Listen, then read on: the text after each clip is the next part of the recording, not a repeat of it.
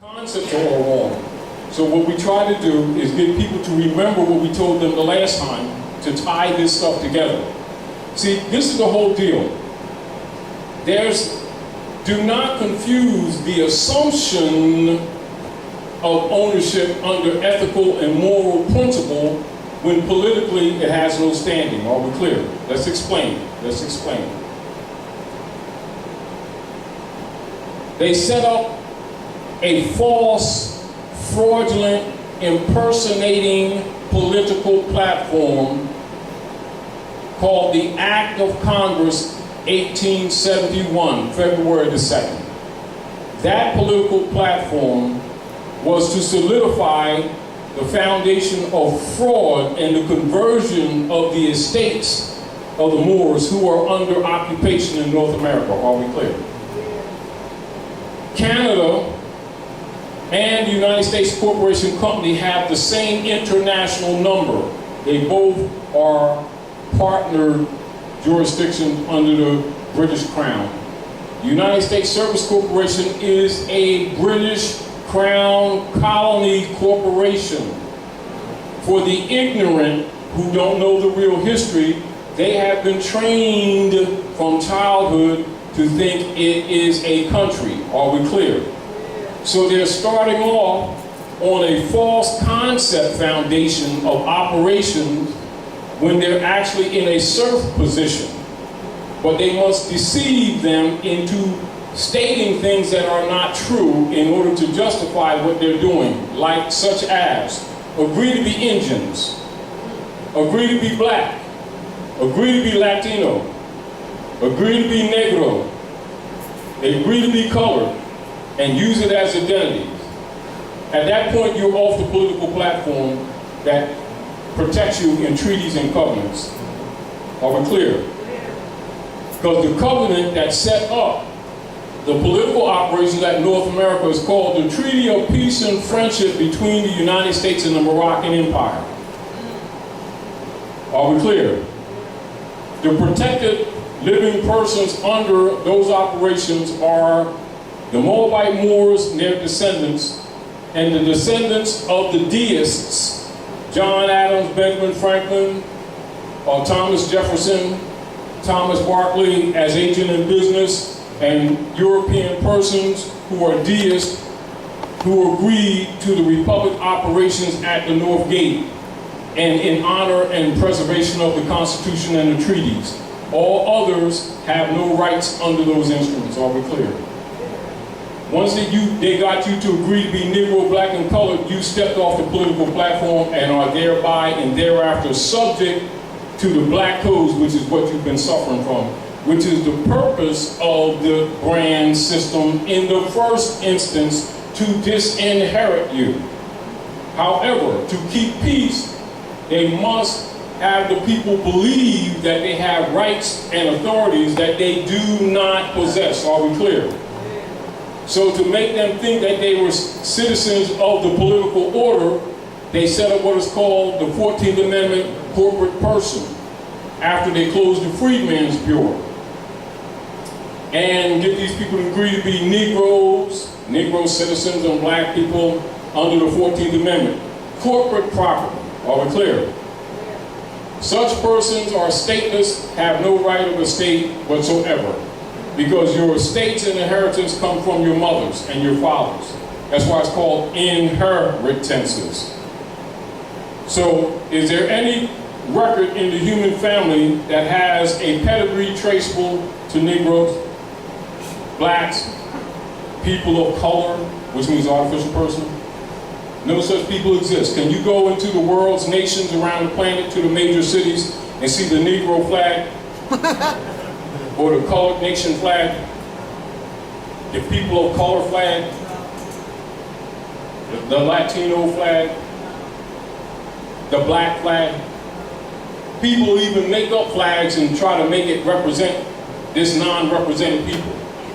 And they have no protection whatsoever. Then they want to march and pray all over the place, not knowing they're out of order. Are we clear? Are we clear? Now, and these are fundamental truths. These are fundamental truths. They will not talk in this area because the economics of the operations depends on the ignorance of these people who are heirs to the world's largest estate. So they make them feel proud to be brands. I'm so black and proud and stuff. And we people of color, of the deepness of colorness, of the Africanness of Hotep, of the universe. The rest of the world looking at these people like they're out there damn much. And they think it means spirituality. It means artificial, distinguished from that which is real. A prima facie disguise, or deception. And in the law book will tell you that. But they don't read, do they? You understand? Now back to the point. So there's an assumption with people that when they get a mortgage, which is a debt pledge, that they're actually buying a home, not knowing that constitutionally, so we talk supreme law of the land, that no state can make any instrument or issue instruments or credits or bills of credit that's unlawful, or coin anything but gold or silver coin for money. And they created private commercial paper, stole our gold, and trained the people from childhood that the private commercial papers of the Jesuits is money, and then get you to call it money. Now you're part of the fraud. Now you've taken the karmic debt off of them because you called their private commercial paper money, and because it's private, they can tax you on it because it's not yours. It's used to discharge against the estate that they didn't tell you about. Are we clear? And then they gave you deeds. Now, check this out. This is why on the flash drive we gave people even the congressional records, even where Tropicon is talking about, which they could find themselves if they just do research. In 1913, Woodrow Wilson, to counter Noble Drew Ali, sold their operative bankrupt government platform to the Jesuit order off Jekyll Island, Georgia. And they converted all of our allodial titles and aboriginal titles, which most people aren't even familiar with, into mortgages and deeds since 1913. We're not talking about 1800, we're not talking about 17, we're not talking about 1500, we ain't talking about good ship Jesus, we're talking about 1913. All the allodial titles that represent your ownership and represent your right of stewardship over your estates and property were converted into mortgages and deeds 1913. Are we clear? Clear. Those are not instruments of ownership. They're instruments of serfdom. They're sharecropping instruments. So these people are thinking they're buying houses and they're actually making sharecropping agreements. So what do? They measure your work life, and they'll call you as a corporation or corpse, what is your income? Then you start saying what your income is, when the truth of the matter is your wages are not income. Income only applies to foreign corporate operations in a foreign jurisdiction. And it is the profit after capital investment in a corporate capacity. It has nothing to do with natural men and women's labor or wages. They are not the same thing. So they trick you into agreeing that you have income and you just say that you're a corporation. So now they listen to you as corporate property because all corporate entities come under the Roman Curia. Are we clear? So people going about their lives thinking they're making payments, thinking that they're owning property, and it's a dead pledge, and they're even listed on the instrument as a tenant. Look at any deed, they're listed as a tenant. Does the tenant sound like owner? You know, and so there's an assumption. So the point that I'm making is, Dr. Naila, there's an assumption of ownership and not the fact. Are we clear? An assumption and not the fact. Why do we do what we do here? is we're clearing these issues up so that we can start becoming competent, changing our language, changing how we sign things, and understand that anything that you sign is a negotiable instrument. Know it. And as soon as you give it to them, they will securitize it. And then put you on a debtor ledger. This is what they do. This is what they do. All corporate state agencies, clerks do this every day, and that's their operation. This is why when you see people get a little bit weight, whether they're Asiatics or Europeans, matters not, and they go down to those clerks, and then they try to either claim the birth certificates or claim the estate or do a reversion. That's why you see all of those people behind them clerk's offices start getting hostile. Because they're living off of you. You aren't supposed to know this, because they know if you come like that, you're either past 30 degrees, 33 degrees in masonry or Eastern Star, and you're not supposed to be talking openly anyway, and that you get ready to try to free these other dummies that's walking there thinking they're making payments and they're discharging. Are we clear? See, so these people, like as we opened up, the people are under the assumption that they understand the things that they're operating with and in, and they do not. We're not informing you, just informing you. We're telling what occurs in your life every day. We're making you aware of it. We're not telling you something that does not apply to you.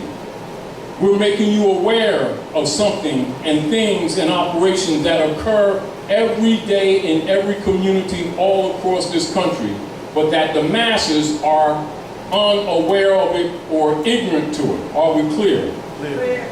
Are we clear? Clear. So understand this information is not given to you just as an information principle. This is what is in operation. But the reason we're telling you is because when you begin to change your language, it kills the bonds. That's how you slay the dragon. You slay the dragon because you will stop feeding the dragon. This is where it's talked about in the Septuagint of the Bible, where they say that these people will not be able to buy or sell less with the mark or the number of the beast. And then they will say, in the Bible says, the mystery of the son of perdition will be revealed, for it is the number of a man. And these people keep looking for some mystery devil in the sky and in the ground. Don't dig too deep, because you might run into something ugly and he comes up with a red tail and stuff. No, it's people looking you right in your face. You understand? They bleed and they sleep just like you. The best way they can get away with is get you looking for the mystery devils and the mystery gods, and the real deal is they are both devils and gods before your face, pulling you into the pits of hell of ignorance while operating on your estate. And the comfort zone is you believing that you know what's going on when you really damn don't. So what occurs is people think that a car registration is just so they can keep track of their car. It's a bank bond and it's on the stock market, and it's bundled. Those bundles are called instruments. That's where the securitization comes in. As an example, car registration, birth certificate, marriage certificate, social security number, driver's license, CDL, whatever license you got, a beauty salon license. They're bundled together, and that's called securitization. Then they're bundled, derivative, and they are presented as fungible instruments. Fungible, that means it's monetized and is used as trade for resources. Are we clear? This is done amongst government level, not amongst the common people's level. They're given private commercial paper instruments of the Jesuit order of the Federal Reserve, which is private commercial paper, and lied to and told them that there's dollars. The dollar is by grams and measures, weights and measures. Gold yakamthala, which is a gold coin, or the equivalent of silver, which is all civilization on Earth planet is based on cosmology. And so this is the reason why people who know this will always carry a coin, silver or gold coin. Likewise, copper, right? That's the alchemical metal of Venus, which is our star. That's your copper. The alchemical metal of the moon, which is your crescent. That's our moon. And then, of course, the gold coin, which is the sun. And when you see in the Bible, Septuagint, when the divine order says, I leave these signs for you, the sun, the moon, and the stars. And this is the keys to civilization on earth. So that's the moony, the money. And so the 360 degrees is broken into 4 quarters. Those 4 quarters are represented by 4 crescents or 4 quarter moons. And that's why they're silver. And you put the 4 quarters and it makes a whole 360 degrees. But the 360 degrees is also what? 100%. This is where you get your centiles. And then with our crescent or the dog star, etc., it is copper. That's why our buildings are capped with copper. You understand, until the Europeans start stealing it. So they came to steal our gold and the silver. And then they gave you fiat. And they've been training you from childhood that they're giving you the money. This is the money. This is why in all secret societies or made men will carry a coin. Sometimes they'll press a coin from different orders, and it will be of some precious metal, usually gold or silver. And then sometimes in your lesser degrees, they may give bronze or brass or something like that, but they will carry a coin. And when they're dealing with other people, to talk to them, to let them know they're a made man or a made woman, they might pull out a coin and just spin it or do something like that, and the person recognizes that they're not amongst the dead. Do you understand? Or they may give some sign or symbol to know, let the people know they're not amongst the dead. And that's how you talk amongst the dead while talking to someone else who's alive. And so therefore they're free and accepted in society. Now, understand this. And so it's important for them to promote that that's a negative position so people don't ever look at it. When it's really all about them. Are we clear? Now, when I told you all to look at this, I want to show you something. Now, in Masonry, they'll say Jubala, Jubalo, Jubalum, the 3 ruffians, right?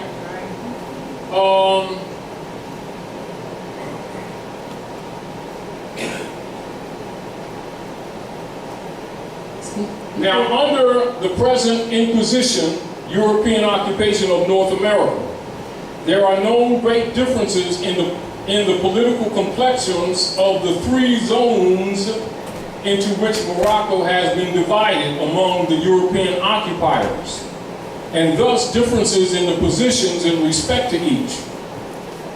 Now, the body politic members of the United States Corporation Company, being one amongst the 3 European occupiers of Morocco, exercises certain coextensive rights throughout Morocco, Almorat.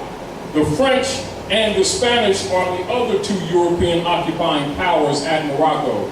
The United States Corporation owners are de facto and fraudulently exercising powers vested only in the secretly overthrown republic and its constitution. The administrators of the United States Corporation are also exercising capitulatory rights, which are extraterritoriality in Morocco, the present basis for which the Treaty of Peace and Friendship concluded by the organic United States and the Sultan of Morocco on day 16 of 1836. That was the only time it was ever modified, you see?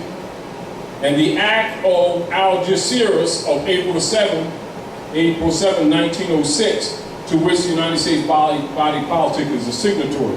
And this is why in the treaty book, when we talk about the charge d'affaires, when the charge d'affaires and the Secretary of State mentions again how the Moors lost their nationality. Let me read that. I'm going to show you so you can see why it's important for people to be given reference points. So, because once you get reference points, you can start being a detective yourself. You can understand the politics. You can understand the necessity, the political necessity of secret societies. You have to have a hierarchy to maintain this corruption. You can't protect corruption hierarchy. The U.S. democracy order was set up for the specific purpose to protect the corruption. So it's important for the people to think that it is the legitimate republic's platform. The republic was overthrown in 1861. That's what the Civil War was all about. The Act of Congress 1871, February 2nd, was the perfecting of the political platform by which the overthrow operatives could operate and appear legitimate. That's the U.S. democracy that you're suffering from right now. So if they can get you to start talking about colors and racism, you're not paying attention to what's really happening to you. This is why that paradigm is promoted. Are we clear? This is why, like you see anyone that's in the power positions of black leadership guys are taken to what is called Muhammad's Mountain. The Masonic term would be called the mountaintop. The mountaintop is their great seal that you see on the back of the note, which is a debt.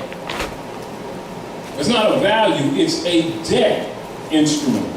Are we clear? And the only president ever to use the great seal was John Hanson, who was the first president for the order, 1781. He was a Moor. No president, European president, ever used that seal thereafter. That's why they're all silent. You'll see it on the note, and the only ones that's claiming or putting a claim on it are members of the Illuminati, claiming your estate because you insist on being black, which means you've abandoned your estate. That's the source of their power. Are we clear? So let's go into, I'm going to read this letter to the, now keep that in mind, 1906, right? Is that 1906? Now, we're going to deal with the charge d'affaires. Give me a moment.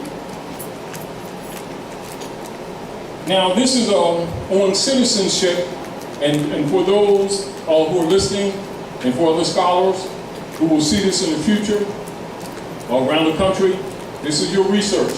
Go into citizenship of the United States, expatriation, etc., page 459, and you'll see a correspondence, pardon me, of August the 3rd, 1906, and you'll see this correlation. Chapter 4, temporary provisions, and it'll say what? Morocco, which you can see, that's United States,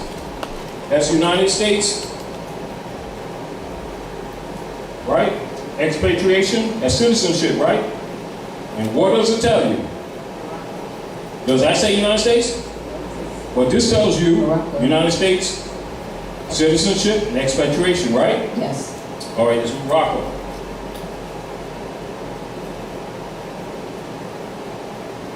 Down the bottom of the page. All right, so when you think that scholars don't know this information, it's only because they're not talking because they got oaths. You know, you don't talk against the Pope because you become useless. And they talk about things like along the line of neutralization. So there's no retirement of what's called communities in Florida and other places for overseers and spies. They're usually neutralized. They have fun while they're rolling though. Now, listen to this. Morocco, Mr. Phillips charged the affairs to Mr. Root, Secretary of State, August the 3rd, 1906, American Legation, Tangier, August the 3rd, 1906. Sir, there are strictly speaking no Moroccan laws relating to citizenship of Moorish subjects in Morocco. The fundamental laws of this non-Christian country, you see what Obama was talking about when he went to Egypt? And why he went to Article 11 of the Treaty of 1790? All right. Are based entirely upon the Islamic Code, no part of which treats of the subject of citizenship. Page 460, citizenship of the United States, expatriation, etc. There are, however, numerous treaties and conventions between the various Christian countries and the Moorish Empire. by means of which citizenship in this country is defined. But as I understand from the above acknowledged instructions that it is not the desire of the department to call for a report upon what such lines, I will therefore confine these remarks to general conditions existing, which may possibly be of some use in connection with the information desired. Number one, citizenship in Morocco may be said to be governed by the laws pertaining to the same in other countries. That means the universal principles of citizenship. With the exception that all persons residing in Morocco who cannot prove foreign citizenship or protection are considered ipso jure as Moorish subjects. That means you got to prove that you're not Moorish. You get the point? Whether you have a nationality card or not, you got to prove that you're not Moorish. How come this stuff is not discussed in these communities? 2 and 3.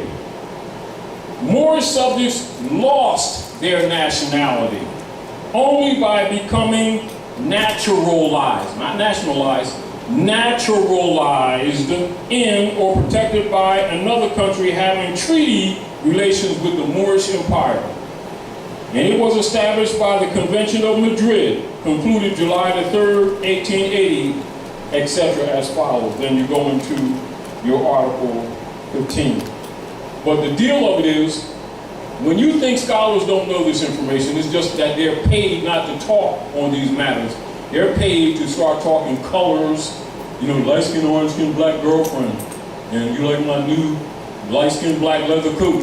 Because the black people of ancient Egypt and the black gods of Egypt of Kemet, and talk that kind of stuff that gets you off of what's really happening to you.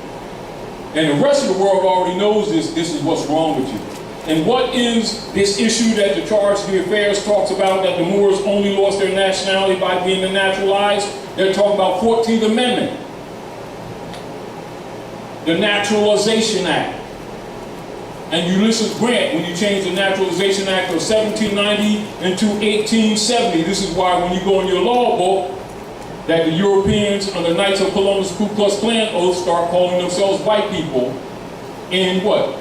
1870. That's why the specifics of free white persons in the law book will make that distinction. Can you pull out that law book, D, and pull out free white persons? I want to keep this parallel so that people can understand what's happening, because they need to understand what the securitization is and the security is. So when they agree to be Negro, black, and colored, they automatically become bonded. They're called bondsmen.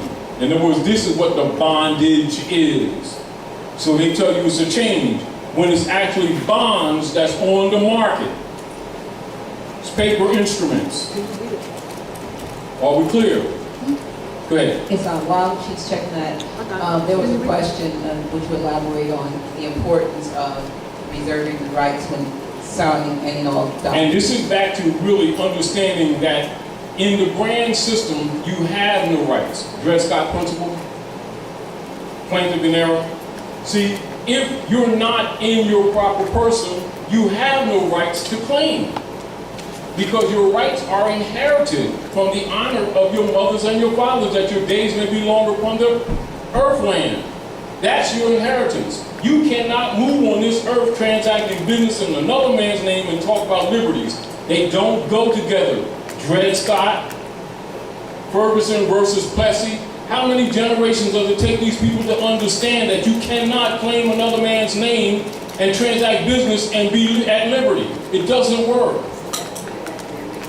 See, meaning you can talk about rights and they explain to Joe Smith and they're dead. If you're Asiatic and you put down Smith, Jones, and Johnson, your claim is already dead. It's called in pro persona. You got the microphone? You got the microphone? Give the brother mic.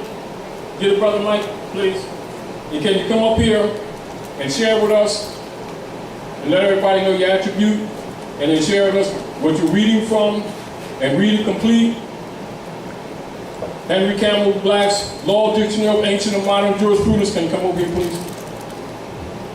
You can moonwalk if you feel like it. Islam. Islam. I'm a Moorish Bey. I'm free Say white white. persons. Free white persons. Free white persons refer to Naturalization Act as amended by Act July 14, 1870. So you can see 1870. So you're not talking about ancient white people. So this is a legal status. Are we clear? And in reference to Europeans who took on this title, you have annotation and an explanation. So continue to read, good brother. As meaning naturally given to it when you first using first state 103C3, meaning all persons belonging to the European race, then commonly counted as white, and their descendants, including such descendants in other countries to which they give immigrated. They have immigrated. Continue. And whenever you see it, because you already know that law books are abbreviated for condensation. So whenever you see the word it, say free white person, so it can be clear to these people what they're reading. So it, i.e. free white persons, and then continue to read. It includes all Europeans. It, free white persons. Okay. It includes all free white persons. No, it means free white persons. Stay. Free white persons means. I got you. Yeah, go ahead. All right. It includes all European Jews, more or less. You still didn't get it. It is a short because it's briefed. Say free white persons means. In place of Okay, I it. got you. Free white persons includes. In place of it. Free white person includes all European Jews, more or less intermixed. More or less More intermixed. or less intermixed with people of That would be Celtic. Okay, Celtic. What's that? Scandinavian. Scandinavian. Teutonic. Ibrahim. Iberian. Iberian, Latin, Greek, and Slavic descendant. It includes Free white persons. free white persons includes Magyarites, Lapps, Finns, and the Albanians. Albanians, and Albanians. Yes. Free white persons includes the mixed Latin, Celtic Albanians, and the Moorish inhabitants of Spain and Portuguese. And Portugal. Portugal. The mixed Greek Latin phonemic of North Africa inhabitants of Sicily, and the mixed South or Phoenicians. Tartar Yes. Tartar inhabitants of South Russia. It does not mean Free white persons. free white person does not mean Caucasian race. Repeat it. Free white person does not mean Caucasian race. Repeat it. Free white person does not mean Caucasian race, Right. Aryan race, or Indo-European. Indo-European race, nor the mixed Indo-European, what is that? Dravidian. The Dravidian Semitics, Yes. and the Mongolian people who inhabitants of Persia. Yes. A Syrian of Asiatic birth and descendant will be entitled Will not be entitled to become a naturalized citizen of the United States as being a free white person. And then it has multiple law cases, doesn't it? For reference. Multiple law cases. So as you can see, it's a legal status, isn't it? Absolutely. And that Europeans, the Caucasians, are not free white people. And some of them were brought into the status of free white persons. However, they must be mixed, mustn't they? It has to be. Yes, and yet you have so-called black scholars call them free white people, and at that time they called them sovereigns. And then it's still being claiming their own bloodline, which is Moorish and North African, They claim to be black and gave up their birthright. Then they want to march and complain all over the place. You see the problem? Do you see the contradiction?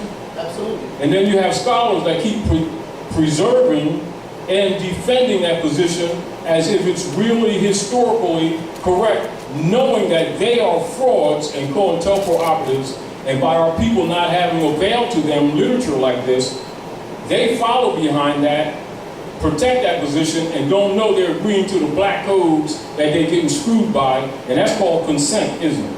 Absolutely. All right, so if they consent to the black codes, do they have a right to complain about being treated under the black codes? Absolutely not. All right, now I want you to go into the book and I want you to read Impropria Persona. Now, Impropria Persona, this is back to the issue of being in your proper person. To have a claim in law, or claim a right of estate, or claim at liberty, you must be indeed yourself, or the barristers of England have jurisdiction, what you call leave. Are we clear? Now, this is no different than someone trying to claim an estate or something like that, or benefit, and you have generations that have passed, and they're transacting business in another man's name. In law, they're not heritable. Are we clear? This is the reason why the Europeans put their family names on the defeated Moors, so that when they go out into life and start signing things in them European names, they don't know that that makes them non-descendable and non-heritable. So it automatically reverts to the corporate state, and then the Europeans get wealthy, and these people sit around, and we was here first, and they go around, and everybody else is wealthy and stuff, and we've been working our butts off for generations, and we don't have nothing to show for it. What's your name, Joe Smith? Line your ass off, and not knowing that that's a non-big deal. And if you're not in proper person, the barristers of England already have leave on you. You can't even challenge the jurisdiction. Do you understand these principles? And one of the, and this is why it's important for people to comprehend and understand this, why we tell people law and history goes together. That's not a mere opinion. That is information that our people need to know, that people who know they should know these things deliberately do not tell them. So they grow up thinking that these things have no relationship, or that when it comes to issues of law, they gotta hire a barrister from England, not knowing that at that point they give them leave. And the reason they give them leave because they're incompetent and don't know that they're incompetent. Are we clear? And at that point, they become just like a cardboard. This is the reason why they will say, often in any argument of rights, liberties, or estate, when such a person starts talking, they tell them to shut up. Well, I'm going to represent myself. Well, you just said that you're a postcard. Postcards don't talk. You know, posters don't talk. You say, I got my rights. They don't even know what rights are and how they're preserved, because they don't know the fundamental rules of civilization. Do you understand? Meanwhile, we are the descendants of the founders of civilization.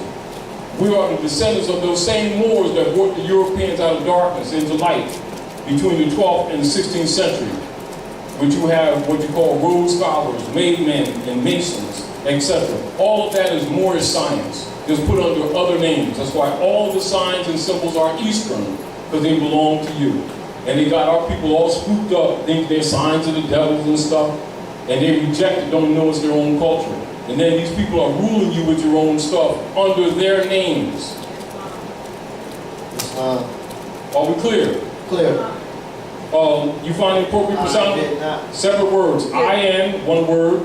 Propria, two words. Persona. It will be in the beginning of the section in I. I-N. Appropriate persona. And this is very important because people, and this is back to where people assume that they have rights because they hear these words and phrases and don't know that status is everything because they're not told. So they're, you know, in the nature of self. How important is it for everyone, all the Moors to have copies of Black Swords, and which one is the best edition? Don't they have, most of them have Nikes, New Balance, you know, Michael Jordan's sneaks that cost anywhere from 70 to 200, sometimes 300 notes. and Gucci belts, even though they may be fake, and pocketbooks, and will not invest 55, 60 notes into a book that involves their everyday affairs. Every day. And understand that people who know this information generally are compromised, and so they're not talking. Or if you bring the subject matter up, they will do what is called casting you out the window. Change the subject, act like they don't know what you're talking about, divert it, or something like that. It's called casting out the window. And this has been the tradition.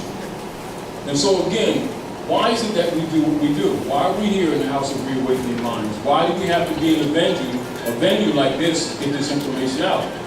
Because most people are already paid not to get on these subject matters. Why? Because it liberates people. It doesn't make you a follower. It doesn't make you a believer.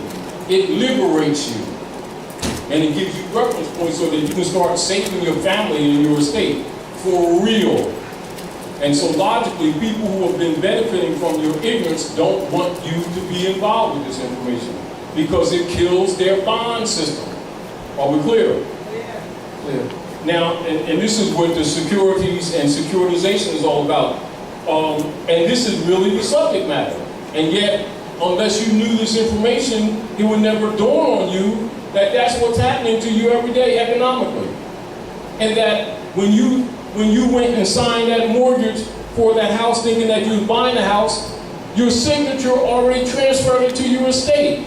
And you probably didn't have a trust or estate set up, and you didn't convert it back into its allotable platform, and more than likely you signed it with the European's name, and they put you on the ledger side of the debtor when actually you're the creditor. You never challenged it. You never convert the mortgage or deed back into an allotable title, and thus they're automatically your trustees. And this is what actually goes on every day. But meanwhile, these same people claim to be black. Oh, they got special personal relationships with Jesus and stuff. They know Prophet Muhammad and stuff. And they know Allah and everything, and they pray and make salat and all that. They know all this stuff and don't even know the basics of operations on the earth planet. How dare they claim a God they do not see and do not understand the politics that they deal with every day? How dare they claim the love of God they do not see and love not their brothers and sisters whom they see every day? In true law and in civics, in the common law, such persons are not in their proper self, have no claim of right, and come under the jurisdiction of the corporate operatives who are deputy knights for the Popes of Rome, i.e. the Bar Association. Read in propria persona. Make sure you stay in the mic. In propria persona, in one's own proper person. Repeat that. In one's own proper person. It almost sounds redundant, doesn't it? Doesn't it? In one's, that's possessive, own possessive. So it's affirmatively stating your position. Read again and complete the reading. In propria persona, in one's own proper person.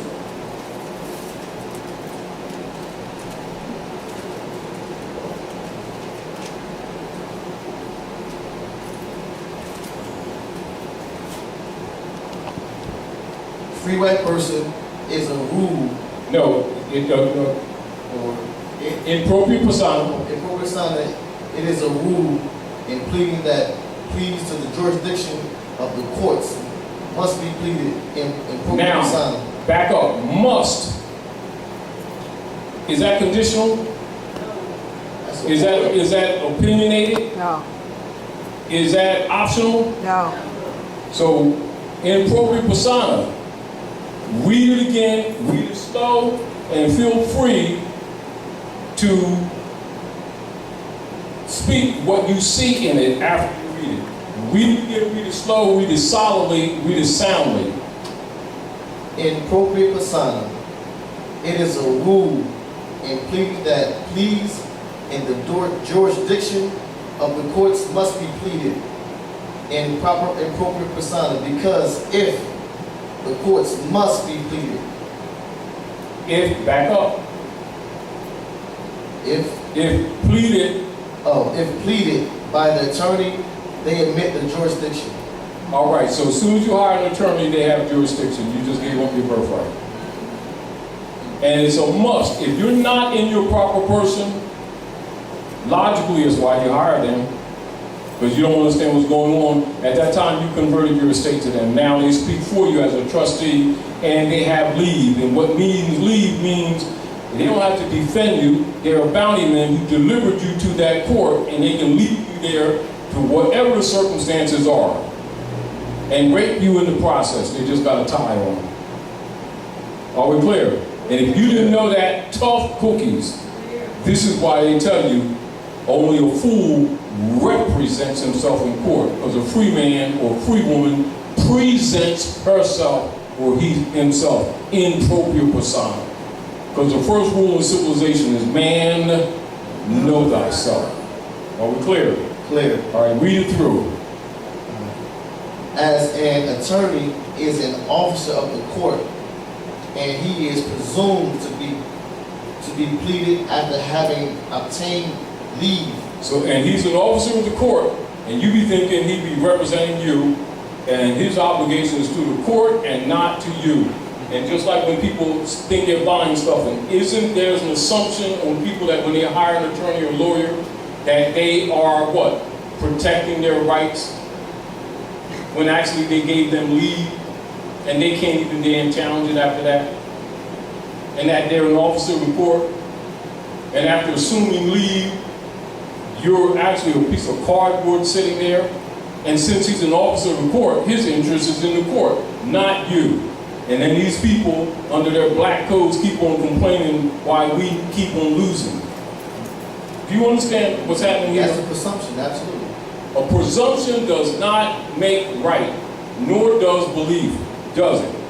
Not at all. All right, so now in ancient Yucatan, or ancient Hikupta, later called Egypt, when they raise people to conscience, don't they give them 3 candlelights around an ancient altar made of 7 rare woods? And that first light is belief, its reflection is neophyte, or you begin the journey of learning, journeyman. That second light is faith, its reflection is scholar. The third light is fruition, its reflection is master. Thus, Master Mason, do you understand? Mother's son, my son. In the study of the human family, the supreme and sublime knowledge of human evolution on Earth planet, the operations of government, the knowledge of the elements, the building blocks, the sciences, the communication systems, etc., and the addition on Earth. That's Masonry. Mathematics, geometry, are we clear? Yes. Trigonometry, science of government, are we clear? Yes. Islam is law, order, and governmental principles, and they may hide it under many names, but it does not change and it doesn't pass away. And it is the foundation of civilization on Gaia, Earth planet. Are we clear? So whether they claim to be Jews, Muslims, or Christians, in secret, all of these Europeans here got Korans. Do you understand that? Clear. But they don't look at them as some spooky prayer instrument. They deal with it from a science perspective, and they've been ruling you with your own stuff. And it's time that you wake up and understand that they set up a global estate trust since they overthrew you, and they've been securitizing you as a chattel instrument ever since. Are we clear? This information is given to you so that you can start liberating yourself. Because when you change your state of mind, you will change the vibration around you, the energy around you, and that's what starves the dragon. You will not beat the dragon in his face from the physical perspective. You will beat him ethereally or spiritually. Are we clear? This is what it means when you see David pulling them 5 smooth stones out of the water. The water represents wisdom.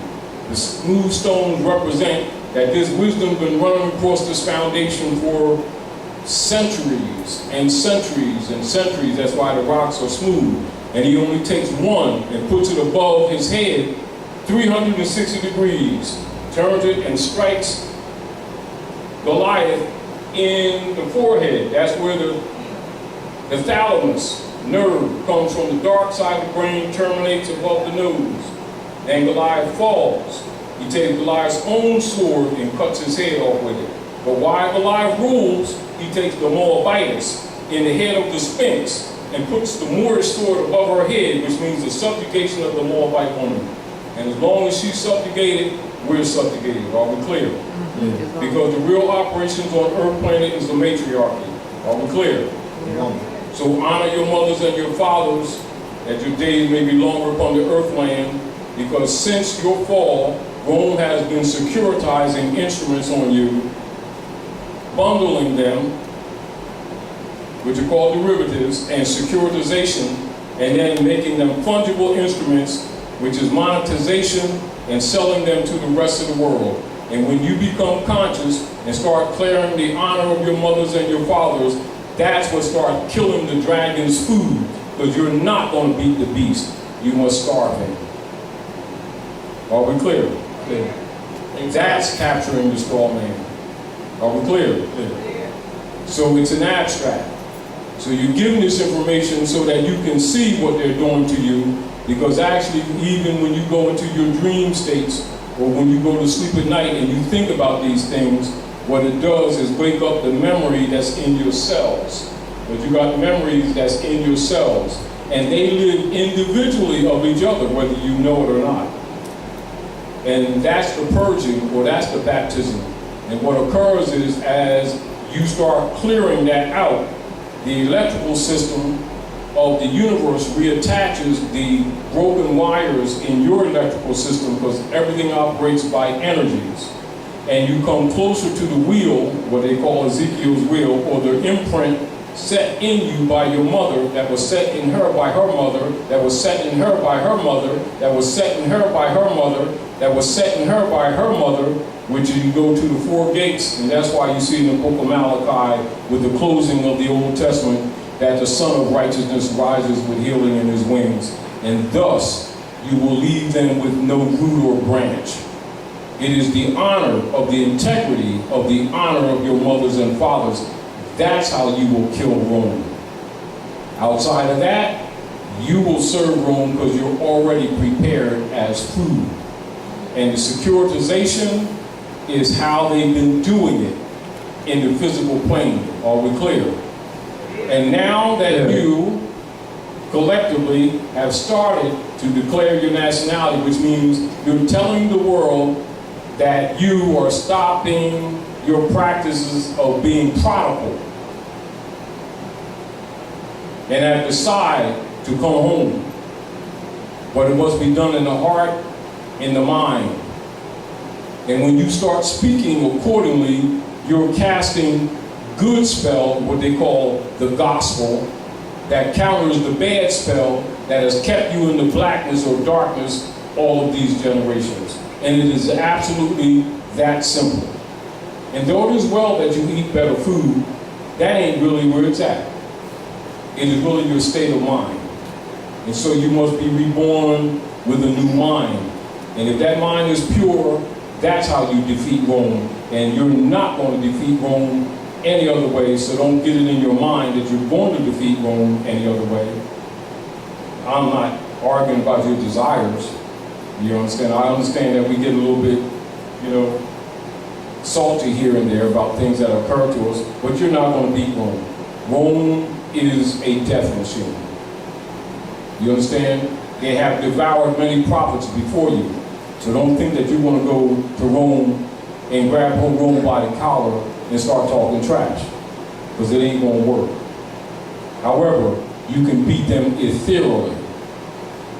Now, loosely, it would be called spiritually, but that's a misconception, because spirit is only breath.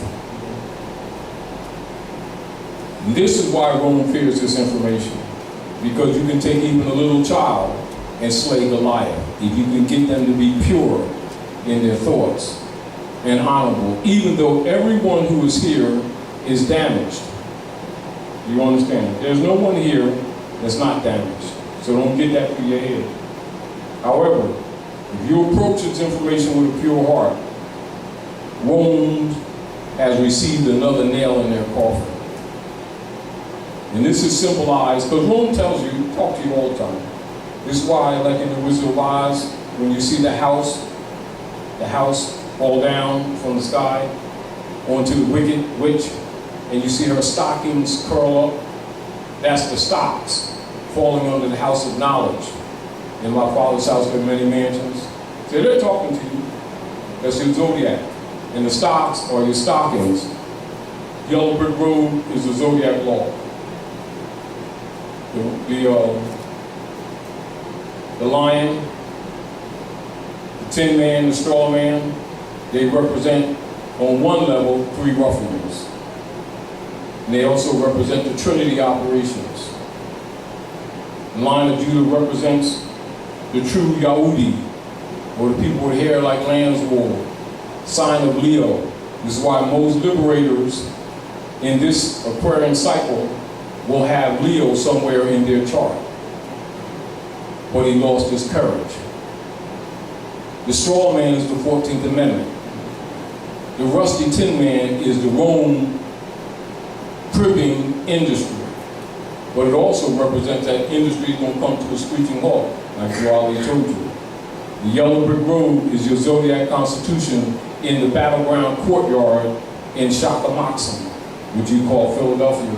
That's why that city hall is designed just like a mosque, with a parapet on the north gate. And that's why the cornerstone is in a grave pit, like an open grave. And this is why when you go to that Masonic Lodge, number 1 Broad Street, you'll see George Washington close the lodge saying, "Whoa," which means Hiram ain't dead. They thought he was dead, buried in the north, dark north, the north gate, because they're the keepers of the north gate. Well, Hiram ain't dead, and they're not winning. They thought they had the game wrapped up. Well, they don't. So you're the heirs of the lost estate. This information is given to you so that you can change